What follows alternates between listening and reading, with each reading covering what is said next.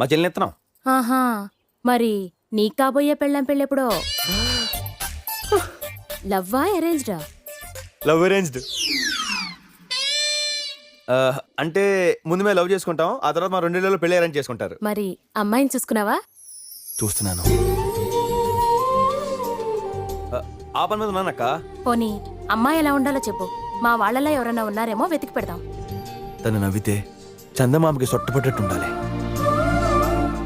కురులు ఈ బారుండి అగరొత్తులు పొగలా ఉండాలి.